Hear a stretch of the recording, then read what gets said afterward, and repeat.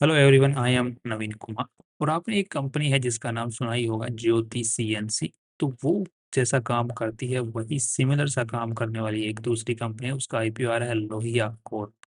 वो कंपनी जो ज्योति सीएनसी है वो भी मशीन्स वगैरह बनाती है, जो कि जिनसे बाद में ऑटोमेटिकली प्रोडक्ट्स वगैरह बनते हैं, जो कि फैक्ट्रीज के अंदर में लगी हुई रहती है। मैं आपको दिखाऊंगा फोटोज वगैरह। तो जैसे यहाँ पर जो लोहिया कॉर्प है, इसके अगर वेबसाइट को चेक करते हैं तो यहाँ पर आपको काफ़ी सारी मशीन्स की जो है फोटोज वगैरह देखने को मिलती है। तो ये टाइप की मशीन हो गई, इस टाइप की मशीन हो गई, वो टाइप की मशीन हो गई। तो जिस टाइप की जो इंडस्ट्री होती है उसको जिस टाइप की मशीन की रिक्वायरमेंट है वो ये कंपनी मशीन बना के देती है। अब वो जो मशीन्स हैं वो कौन कौन से बेसिकली कौन कौन से सेगमेंट में काम करने वाली जो कंपनियां हैं उनके लिए ये मशीन्स बनाते हैं। तो यहाँ पर देखने को मिला कि पैकेजिंग, जैसे पैकेजिंग आइटम्स होते हैं जिनमें हम लोग आटा हो गया या फिर सीमेंट हो गई, कोल हो गया, कैरियर बैग्स होते हैं, भारी भारी कैरियर बैग्स।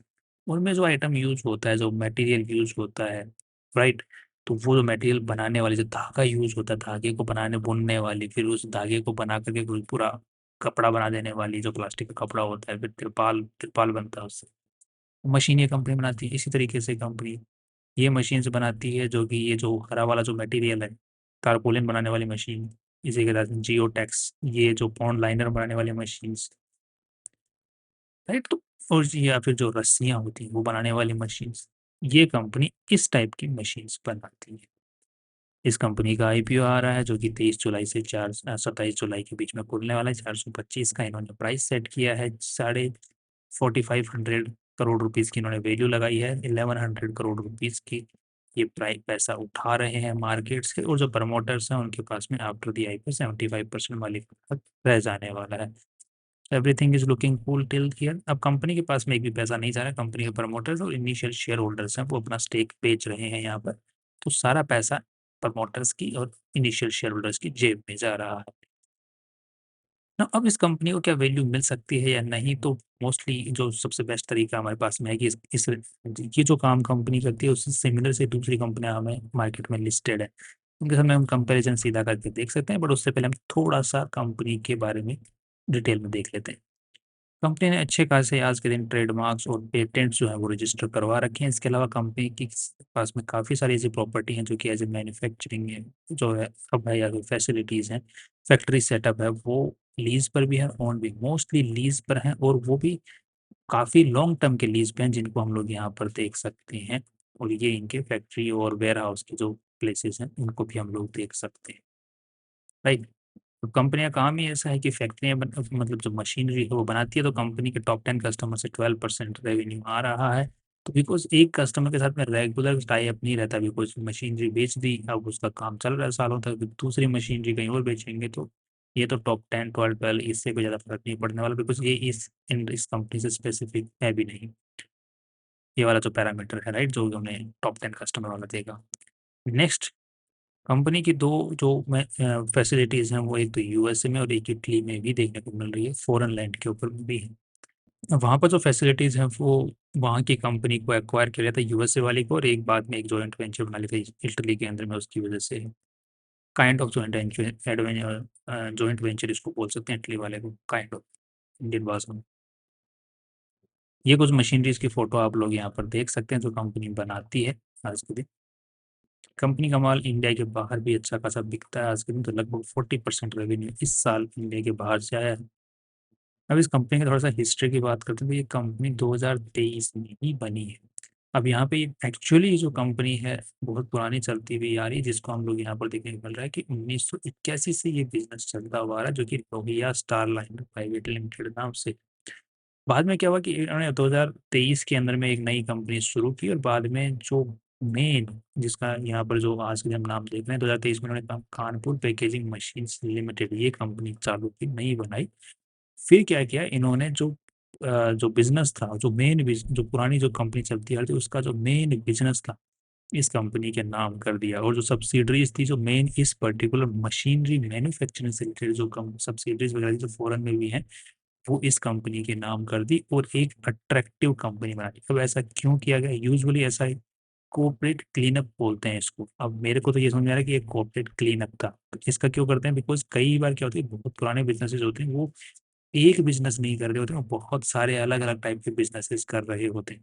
तो वो क्या होता है, पूरा घुसड़ पुसड़ होता है मामला। तो इन्वेस्टर्स को जब उसकी वैल्यू, तो जब ये आईपीओ में पैसे उठाने के लिए आते हैं, तो वहां पे वैल्यू लगा पाना या फिर इन्वेस्टर को ये समझा पाना कि हमारे पास में ये वैल्यू है, वो बड़ा ही मुश्किल हो जाता है। बिकॉज वहां पे बहुत सारी तरीकों से ये बिजनेस चल रहा है, उसमें ये उधारी ले रखी है, ये पेमेंट करना बाकी है, यहाँ पे ये केस चल रहा है। तो इस टाइप से बहुत गड़बड़ पसड़ होता है, तो वो इन्वेस्टर फिर फोकस नहीं रह पाता, मेन एजेंट मतलब कंपनी पे वैल्यू नहीं लगा पाता। तो जब कॉर्पोरेट क्लीन अप हो जाता है, तो अब जो मेन एंटिटी है जो अब बाहर निकल के आई है, जो कि एनसीएलटी द्वारा पारित हुई है, तो फिर अब इन्वेस्टर को दिख रहा है कि हाँ, ये बिजनेस है, ये कोर बिजनेस है, और ये सब्सिडरीज हैं, और ये धंधा करती है, इतना बिजनेस आ रहा है, और ये फ्यूचर फोकस निकल के आ सकता है। तो ये इस पर्टिकुलर कंपनी में किया हुआ है। तो अभी बेसिकली देखा जाए तो ये कंपनी जो बिजनेस है काफी पुराना है। यहाँ पर आप लोग इसको जो डिटेल में पढ़ भी सकते हैं, जो माइलस्टोन्स वगैरह इन्होंने जो दिखाए हैं उनको। अब ये जो कॉर्पोरेट क्लीनअप वाली जो चीज़ है, ये बहुत जगहों पे देखने को मिलती है। अभी जैसे वेदांता के साथ में क्या हुआ, वेदांता में कॉर्पोरेट क्लीनअप नहीं हुआ, बट वहां पे क्या हुआ, बहुत सारी एंटिटी, एक कंपनी से, वेदांता से 5 कंपनियां निकली हैं एक साथ में, राइट। अब क्या होगा कि हर एक सेक्टर की जो, अब वेदांता के अंदर में बहुत सारे बिजनेसेस थे, राइट। एक माइनिंग का बिजनेस है, एक आयरन के जो प्रोडक्ट है उनको बनाने का बिजनेस है, एक एल्यूमिनियम के बिजनेस का बिजनेस है। तो अब क्या होगा, सबको अलग अलग कर दिया, तो सबको अलग से इन्वेस्टर्स को वैल्यू मिलेगी, इन्वेस्टर्स वहां पे वैल्यू लगा करके इन्वेस्ट कर पाएंगे पैसा। इतने पूरा वेदांता एक गुपचुप था पूरा काम। तो ये सब तो चलता है। अब नेक्स्ट हम लोग देख लेते हैं कंपनी की बैलेंस शीट नजर डाल लेते हैं। यहाँ पर देखने को मिल रहा है कि टोटल बैलेंस शीट की साइज है 1300 करोड़। मैं आज ट्राई कर रहा हूँ कि जो नंबर्स उनको इंग्लिश में बोलूँ, बिकॉज एक दो कमेंट्स हमारे पास में आ चुके हैं कि please read numbers in English, because there are some few people, और मेरे भी काफ़ी दोस्त हैं, उनको हिंदी वाले जो वर्ड्स हैं उनमें काफ़ी कन्फ्यूजन है। इनफैक्ट मेरी तो बहन को ही कन्फ्यूजन है वो हिंदी वाले वर्ड्स को लेकर के। तो it's completely all right.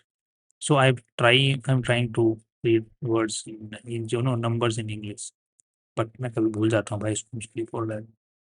Next, यहाँ पर जो 1300 करोड़ की वैल्यूएशन लगाई गई, मतलब पूरा बैलेंस शीट का साइज है, और जो जिसमें से इन्वेस्टर्स का जो पैसा लगा हुआ, that is 525 crore rupees. That means कि बिफोर दी आईपीओ जो डेट टू इक्विटी रेशियो है कंपनी के अंदर में, वो ठीक ठाक है। नेक्स्ट, यहाँ पर कंपनी की जो फाइनेंशियल बोरोइंग है वो कम हुई है, दैट इज गुड। कंपनी की लाइबिलिटी कम हुई है, शॉर्ट टर्म वाली भी, बट यहाँ पर कंपनी की अदर लाइबिलिटी जो है बढ़ गई है। बट अगेन बैलेंस शीट की जो कंडीशन है वो एट पार है, मतलब अच्छी है, ना बुरी है ना बहुत अच्छी है, बट अच्छी नजर आ रही है देखने में। नेक्स्ट, यहाँ पर जैसे हमने बोला 2024 में ही पूरा क्लीनअप वाला स्ट्रक्चर बना, तो अभी नए रिजल्ट्स यहाँ से जारी हुए हैं 2025 से, 2025 से 2026, तो यहाँ पर हमें देखने को मिल रहा है। अब यहाँ पे जो एक ग्रोथ दिखाई दे रही है, इस ग्रोथ को हम पूरा का फुली कंसिडर नहीं कर सकते हैं ऑब्वियसली, बट हम लोग जो नंबर्स हैं उनके हिसाब से पी रेशियो निकाल सकते हैं लेटेस्ट डेटा के हिसाब से, राइट। अगले साल जो रिजल्ट आएगा उसकी जो ग्रोथ है उसको हम लोग कंसिडर कर पाएंगे अच्छे से। नेक्स्ट, यहाँ पर because of the corporate clean up थी, राइट। तो अब यहाँ पे आया है 188 करोड़ रुपए कंपनी ने कमाए हैं, तो 190 मान लो, 190 के हिसाब से 4500 करोड़ की वैल्यू लगाई गई है। सो वैल्यूएशन 4500 एंड डिवाइडेड बाय 190, तो यहाँ पर जो नंबर निकल के आ रहा है दैट इज 23 का पी रेशियो। कंपेयर करते हैं रज्जो इंजीनियर्स के साथ में, तो इसका है 18 का, एंड ममता मशीनरी के साथ में करते हैं तो 56 का, ज्योति सीएनसी के साथ करते हैं तो 54 का, और हमारी जो कंपनी है इसका कितने का था, 23 का। अब रज्जो इंजीनियर्स बहुत छोटी कंपनी है, इसका जो कंपैरिजन है मेनली होना तो ममता, सॉरी, रज्जो इंजीनियर्स ममता के साथ होना चाहिए ज्योति सीएनसी के साथ, बट ज्योति सीएनसी बहुत बड़ी कंपनी है, पर स्टिल मार्केट ने उसको 54 का पी रेशियो दे रखा है। ममता मशीनरी 56, अब इसको रज्जो इंजीनियर को क्यों दे रखा। भाई मुझे लग रहा है रज्जो इंजीनियर्स में कुछ तो पकड़ा है यहाँ पर।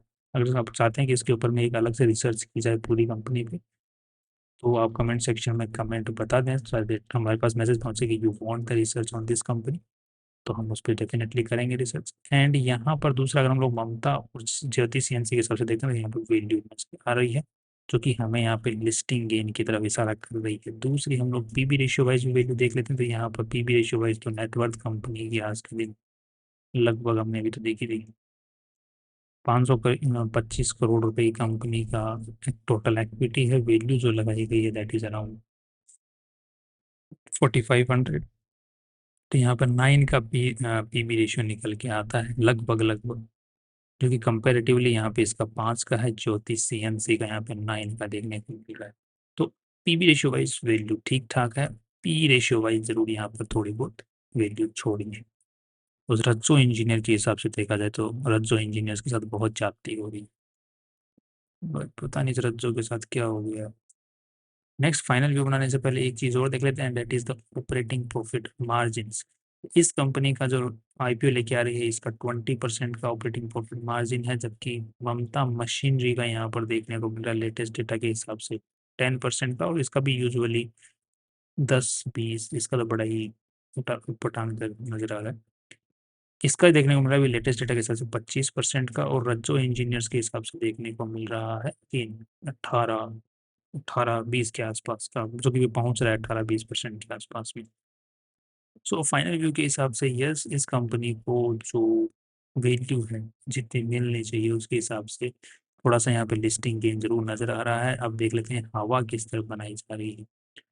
Long term and short term में I am positive in the Lohia fourth age of today, and जो हवा बन रही है वो लगभग 13% की पॉजिटिव की साइड बन रही है, दैट्स बीन फाइन। और ये मुझे लग रहा है कि हवा थोड़ी सी और बढ़नी चाहिए based on the P ratio और ऑपरेटिंग प्रॉफिट मार्जिन। और दूसरा क्लीन अप हुआ है रिसेंटली, तो इसकी जो रियल वैल्यू है वो लिस्ट होने के बाद में इन्वेस्टर्स डिसाइड करने वाले हैं। नेक्स्ट एक चीज़ और है कि ये कंपनी काफ़ी पुरानी है, और एज पर दिस डेटा इन्होंने अपने जो अभी जो क्लीन अप हुआ है, कॉर्पोरेट क्लीन अप, ऐसा मेरा मानना है, कॉर्पोरेट क्लीन अप जो इन्होंने किया है उसके अंदर में इन्होंने रीवैल्यूएशन ऑफ एसेट्स ही नहीं किया है, तो एक्चुअल वैल्यू मार्केट डिसाइड करेगा इस कंपनी की, ऐसा मेरा मानना है, जो कि लिस्ट होने के बाद। तो I am positive in the short listing and the longer run of this company. Finally see to